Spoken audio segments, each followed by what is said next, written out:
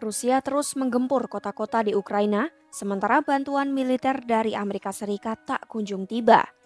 Sejak Donald Trump menjabat lagi, Washington belum juga memberikan kepastian pengiriman bantuan meski Ukraina terus mendesak.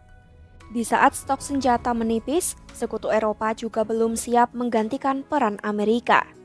Dengan demikian, mampukah Kiev terus berperang melawan Moskwa tanpa bantuan AS? Simak selengkapnya dalam video berikut.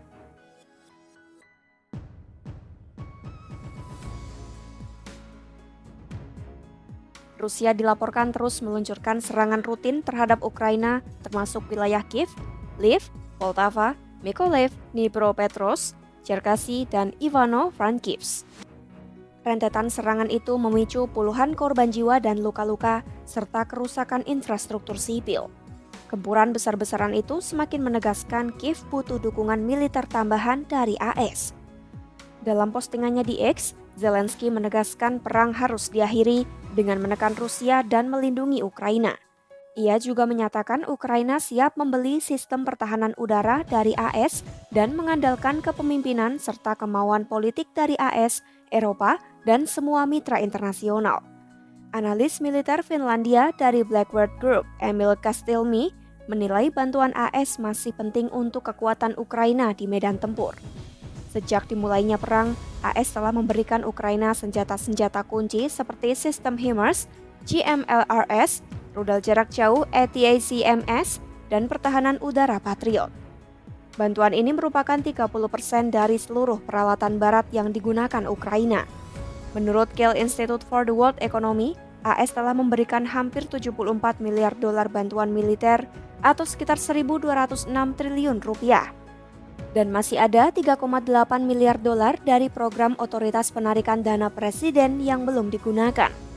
Namun kepastian mengenai pencairannya dipertanyakan setelah kembalinya Trump ke Gedung Putih.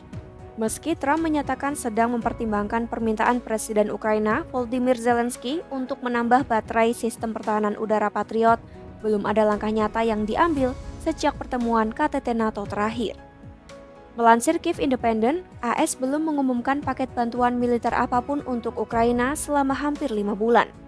Pasalnya, Trump memilih strategi yang tidak biasa dengan berharap Moskwa akan menghentikan agresi dengan sendirinya. Menurut peneliti dari Center for European Policy Analysis Federico Borsari, strategi AS yang fokus pada perdamaian tanpa menjamin keadilan telah melemahkan posisi Ukraina dan mendorong keberanian Rusia untuk melanjutkan agresinya. Pada Juni 2025, AS dilaporkan mengalihkan 20.000 rudal anti-drone yang seharusnya dikirim ke Ukraina ke wilayah Timur Tengah. Pada Maret 2025, Washington juga telah menangguhkan semua pengiriman militer dan pembagian intelijen kepada Ukraina setelah konflik di ruang oval yang melibatkan Trump, Zelensky, dan Wakil Presiden AS JD Vance. Kondisi ini diperburuk saat Menteri Pertahanan Pete Hegseth mengumumkan bantuan militer untuk Ukraina akan dikurangi pada 2026. Ukraina semakin terdesak karena pasukan Rusia perlahan maju ke garis depan timur dan meluncurkan berbagai serangan. Kondisi ini memaksa Ukraina untuk bersiap menghadapi kemungkinan terburuk jika AS sepenuhnya menghentikan dukungan militer. Jika bantuan militer AS dihentikan, Kastelmi menuturkan hal itu akan berdampak signifikan terhadap kemampuan Ukraina.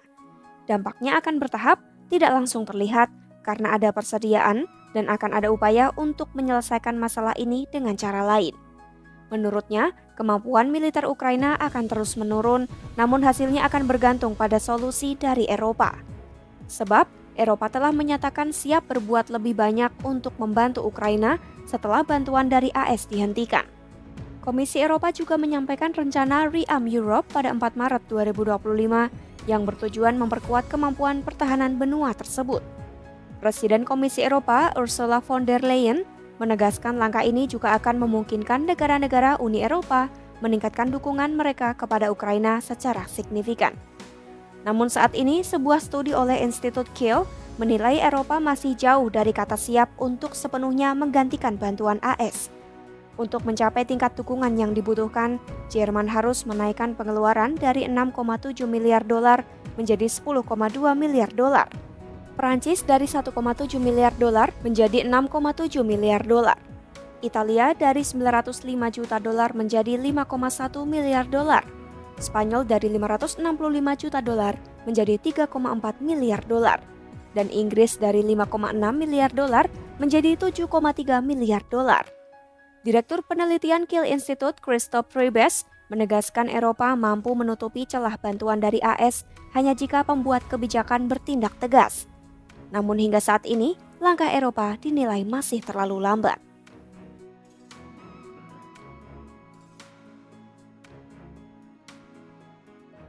Ukraina saat ini sedang berusaha untuk mengatur pembelian langsung senjata dari AS. Pada April 2025, Zelensky menyatakan Kiev siap menggelontorkan dana sebesar 50 miliar dolar untuk pembelian senjata, namun hingga awal Juni 2025 belum ada kontrak resmi yang diumumkan kepada publik. Menurut pakar militer Borsari, kontrak-kontrak pembelian ini mungkin akan segera ditandatangani dengan memanfaatkan dana dari aset Rusia yang dibekukan atau dukungan finansial dari mitra Eropa. Ia memandang pendekatan transaksional seperti ini sejalan dengan visi Trump.